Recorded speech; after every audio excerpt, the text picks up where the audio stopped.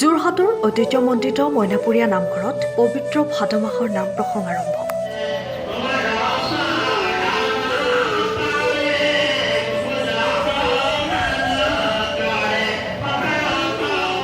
সমগ্ৰ অসমৰ সত্ৰ নামঘৰৰ লগতে যোৰহাটৰ ঐতিহ্যমণ্ডিত মইনাপুৰীয়া নামঘৰতো আজিৰে পৰা পবিত্ৰ ভাদ মাহৰ মাহজোৰা নাম প্ৰসংগ আৰম্ভ হৈছে। উল্লেখ্য যে ভাদ মাহত মইনাপুৰীয়া নামঘৰত 4 প্ৰসংগ কৰা হয়। ভাদ মাহত এই নামঘৰত অসমৰ বিভিন্ন প্ৰান্তৰ ভক্তৰ ভিৰ পৰিলক্ষিত হয়। অন্যহাতে ভক্তক আদৰিবলৈ মইনাপুৰীয়া নামঘৰৰ পৰিচালনা সমিতি সাজু। আপোনালোকৰ যোগেদিয়ে আমি অসমবাসী তথা আমাৰ ভক্তপ্ৰাণ ৰাইজলৈ আমাৰ শ্ৰদ্ধা নিবেদন কৰিছোঁ। কালি 10 বজাতে আমাৰ পুণ্য ভাদ মাহৰ নাম কীৰ্তনৰ ভাগৱত পাঠৰ আৰম্ভ হৈছে। কালি সন্ধ্যা আৰু হ'ল আৰু আজি পুৱা 8 বজাত পুৱা প্ৰসংগ আৰু এতিয়া 11 বজাৰ পৰা দুপৰীয়াৰ প্ৰসংগ, আকৌ সন্ধ্যা 8 বজাত আমাৰ সন্ধ্যাৰ নিশাৰ প্ৰসংগ হ'ব। ইতিমধ্যে বিভিন্ন ঠাইৰ পৰা ভক্তপ্ৰাণ ৰাইজ নামঘৰলৈ আহিছে। বিভিন্ন স্থানত আমাৰ পুৰুষ মহিলা নিৰ্বিশেষে এই ভক্তগণক সেৱা কৰাৰ এটা প্ৰয়াস কৰিছে। যি যেনেকৈ পাৰিছে ভক্তগণক সেৱা শুশ্ৰূষা আগবঢ়াইছে। আমি সমস্ত ভক্তসকলক আমি অনুৰোধ জনাওঁ যে তেখেতসকল নামঘৰলৈ আহক আৰু এই মহিমামণ্ডিত মইনাপুৰীয়া নামঘৰত নৰসিংহ প্ৰভুৰ কৃপা লাভ কৰি তেখেতসকলৰ পৰিয়ালবৰ্গ সুখেৰে বসবাস কৰক। যিহেতু যথেষ্ট ভক্তৰ সমাগম হৈ ভাদ মাহত প্ৰশাসনৰ পৰা সহযোগিতা কিবা লাভ কৰিছে? প্ৰশাসনৰ পৰা আমি ইতিমধ্যে ভক্তসকলৰ কাৰণে এটা আমাৰ অনুদান প্ৰায় 1.5 কোটি টকাৰ অনুদান আমাৰ ইয়াত দিছে। তাৰ ভিতৰত আমাৰ যিটো গেষ্ট হাউচৰ তাত অতিথিশালা আমাৰ নিৰ্মাণ হৈ আছে, হয়তো অক্টোবৰ নৱেম্বৰত আমাৰ সম্পূৰ্ণ উঠিব। তাৰ উপৰিও আন্তঃগাঁথনি উন্নয়নৰ কাৰণে অতিৰিক্ত আকৌ 50 লাখ টকা, দুইটা মিলাই 1.5 লাখ টকা দিছে। তাৰ যোগেদি আমাৰ 1.5 কোটি লাখ নহয়, 1.5 কোটি টকা দিছে, 1 কোটি আৰু 50 লাখ। ইয়াৰ যোগেদি আমাৰ কেইটামান বেলেগ আমি গৃহ নিৰ্মাণ কৰিছোঁ। সেইখিনিও আমাৰ অক্টোবৰ নৱেম্বৰৰ ভিতৰতে সম্পূৰ্ণ হৈ উঠিব।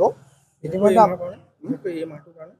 এই মাহটোৰ কাৰণে আমাৰ পূৰ্বৰ কিছু ঘৰ আছে, সেইখিনিত আমাৰ ভক্তসকল আহিলে ব্যৱস্থা কৰা হৈছে। আৰু আপোনালোকে দেখা পাইছে যে আমাৰ নামঘৰৰ কাষৰ যিসকল লোক আছে তেখেতসকলে বিনা কোনো ধৰণৰ মাচুল নোলোৱাকৈ আগৰ পৰা গাড়ী বা বাইকসমূহ তেখেতসকলক থ'বলৈ দিয়ে।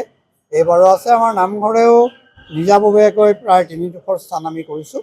নামঘৰ পোৱাৰ আগত এডোখৰ, সমাজ কল্যাণ সংঘৰ ফিল্ডত এডোখৰ, আৰু আমাৰ নামঘৰৰ কাষতে দেখিছোঁ যেতিয়া আমাৰ তাত বনাই থকা হৈছে সেইডোখৰত প্ৰায় 80-90খন গাড়ী ধৰিব। গতিকে ভক্তসকলে আহি তেখেতসকলৰ গাড়ীসমূহ যথাস্থানত থৈ পৰম পিতাক সেৱা কৰাত আমাৰ যিমান পাৰি সহযোগিতা আগবঢ়াব লাগে আমি সহযোগিতা নামঘৰৰ সভাপতি হৈ আছে। পূৰ্বৰ তুলনাত ভক্তৰ সমাগম আৰু ঐশ্বৰ্যমণ্ডিত যি মইনাপুৰীয়া নামঘৰৰ যি মহিমা, এই সম্পৰ্কত আপুনি মই দীঘলীয়াকৈ আছোঁ, সঁচা কথা, কাৰণ প্ৰায় 14 বছৰেই মোৰ প্ৰায় হৈছেগৈ। কিন্তু হ'লেও নলমৰে গজালি উঠে। পিছৰসকল আমাৰ আগবাঢ়ি আহিছে, আপোনালোকে দেখা পাইছে। তেখেতসকলৰ সম্পূৰ্ণ সহযোগিতাত মই মাত্ৰ আসনত বহি আছোঁ মূলৰ। গতিকে ভক্তসকলৰ সমাগম দিনক দিনে বৃদ্ধি পাইছে। এতিয়া আমি দেখা পাইছোঁ যে বহু লোকে তেখেতসকলৰ ঘৰত কিবা এটা অসুখ হ'লে, তেখেতসকলৰ ল'ৰা ছোৱালীয়ে যদি ভাল কিবা অনুষ্ঠানত চাকৰি বাকৰিৰ কাৰণে কিবা কৰে বা কিবা আশা কৰে, তেতিয়াহ'লে আমি দেখা পাইছোঁ যে তেখেতসকলে ইয়াত এখন শৰাই দিয়ে। আৰু বৰ্তমান আপোনালোকে গম পাইছে যে আমি প্ৰত্যেককে আগতে এটা দিনত এখন ভাওনা পাতিবলৈ সুবিধা দিছিলোঁ। কিন্তু এতিয়া সেৱকীৰ সংখ্যা ইমানেই বৃদ্ধি পালে 10জন 12জন আমি সেৱকীক একেলগে গোটাই তেখেতসকলৰ সন্মিলিতভাৱে ভাওনাখন পাতিবলৈ আমি সুযোগ দিওঁ। আৰু প্ৰতি মাহতে কমেও 2খন অৰ্থাৎ 20জন 22জন সেৱকীয়ে দিয়ে।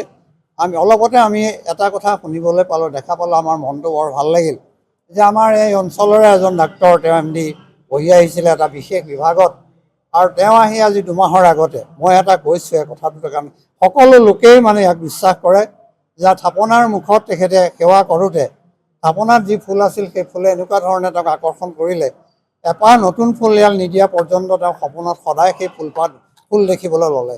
গতিকে তেওঁ নিজে আহি নিজৰ মাতৃক লৈ আহি ইয়াত সেৱা কৰি এপাহ ফুল গুৱাহাটীৰ পৰা আনি তেওঁক সংযোজন কৰাৰ পিছত সপোন দেখিবলৈ এৰিলে।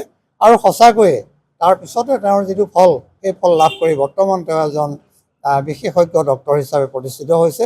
গতিকে আমি তেখেতসকলক সেৱা কৰোঁ, শুশ্ৰূষা কৰোঁ। আমাৰ ব্যক্তিগত কথা একো নাথাকে, কিন্তু ভক্তপ্ৰাণ ৰাইজৰ যেতিয়া তেখেতসকলৰ যেতিয়া মনৰ কামনা পূৰণ হয় বুলি কয়, আমাৰ মনটো দুগুণ উৎসাহ হয়। আমাৰ পিছৰ যিসকল উঠি আহিছে সেইসকলৰ মনত উৎসাহ উদ্দীপনা হয়, যাতে আমি নামঘৰ ভাগ যথেষ্ট ক্ৰমে আগুৱাই নিব পাৰোঁ। আমাৰ নামঘৰৰ পিছফালে আমাৰ প্ৰায় বহু মাটি আছে। আপোনালোকে হয়তো অহাবাৰ আমাৰ ইয়াত আমাৰ সাক্ষাৎকাৰ ল'বলৈ আহোঁতে আপোনালোকে দেখা পাব যে আমি তাত ডাঙৰ পুখুৰী আৰু বৰনামঘৰৰ দৰে ঠিক পাৰ্ক যি তৈয়াৰ কৰাৰ চেষ্টা কৰি আছোঁ। সেইখিনি যেতিয়া সম্পূৰ্ণ হ'ব, ইয়ালৈ অহা যি দূৰ দূৰণিৰ যিসকল ভক্ত সেইসকলে নিশ্চয় সেইখিনি উপভোগ কৰিবলৈ পাব, পৰম পিতাক সেৱা জনাব আৰু আমাৰ সেৱা গ্ৰহণ কৰি তেখেতসকল ক্ৰিয়াবিমুখ হ'ব পাৰিব। আৰু চাইনে বাট পথৰ সমস্যা কিছুমান আমি দেখা পাইছোঁ। বাট পথৰ সমস্যা নিশ্চয় আছে। বাট পথৰ সমস্যা সিদিনাখন আমাক যেতিয়া আয়ুক্ত মহোদয়ে মাতিছিলে তাতো আমি অৱগত কৰিছিলোঁ, সভাপতি সম্পাদক আমি গৈছিলোঁ।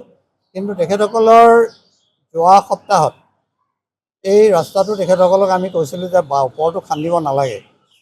লাডুৱেগড়ৰ পৰা নামঘৰলৈ অহা পথৰ কথা কৈছোঁ, দুয়ো কাষে আপোনালোকে শিল দি ৰোলাৰ চলাই এইটো সমান কৰি দিলে ৰাইজ আহিব পাৰিব।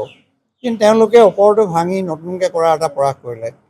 অৱশ্যে তেওঁলোকৰ দুৰ্ভাগ্য যে সেইদিনা যিদিনা শিল পেলাইছিলে সেইদিনাখনে এটা বৰষুণ আহিলে, যথেষ্ট বৰষুণ হ'ল, হোৱাৰ লগে লগে গোটেইখিনি বোকা হৈ গ'ল। তাৰপিছত ৰাইজে যথেষ্ট, আজি কিন্তু আমি আকৌ দেখা পাইছোঁ তাত তেওঁলোকে গাঁতখিনি মাৰি, মই এতিয়াও লগ কৰি আহিছোঁ তেওঁলোকক, দুদিনৰ ভিতৰত তেওঁলোকে এইখিনি পূৰ্ণাংগ কৰাৰ কথা কৈছে। কৰা মানে তেওঁলোকে এতিয়া বৰ্তমান চেণ্ড গ্ৰেভেল দি মানুহ অহা যোৱা কৰি দিব আৰু পকীকৰণৰ ব্যৱস্থাটো চাগে পিছত কৰিব। কাৰণ এইটো ৰাস্তাৰ কাৰণে আজি বহুত দিনৰ পৰা শুনিয়ে আহিছিলোঁ। ইয়াৰ যিটো আপোনাৰ কণ্ট্ৰেক্টৰ তেখেতেও অলপ বুজিব লাগে। মই নিজে ফোন কৰিছোঁ, মই এতিয়া দেখা পাইছোঁ যে তেওঁলোকৰ যিটো গ্ৰেভেল পেলাইছে তাত যথেষ্ট পৰিমাণে বোকাই বেছি আছে। মই কৈ আহিছোঁ আহোঁতে এইটো পেলালে হেৰি লৈ উঠি গুচি যাব আপোনালোকৰ।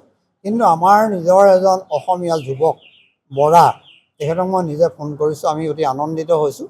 তেখেত এজন কোটিপতি কণ্ট্ৰেক্টৰ, গতিকে তেখেতৰ যোগেদি যদি কামটো হয় তেখেতো আগবাঢ়ক।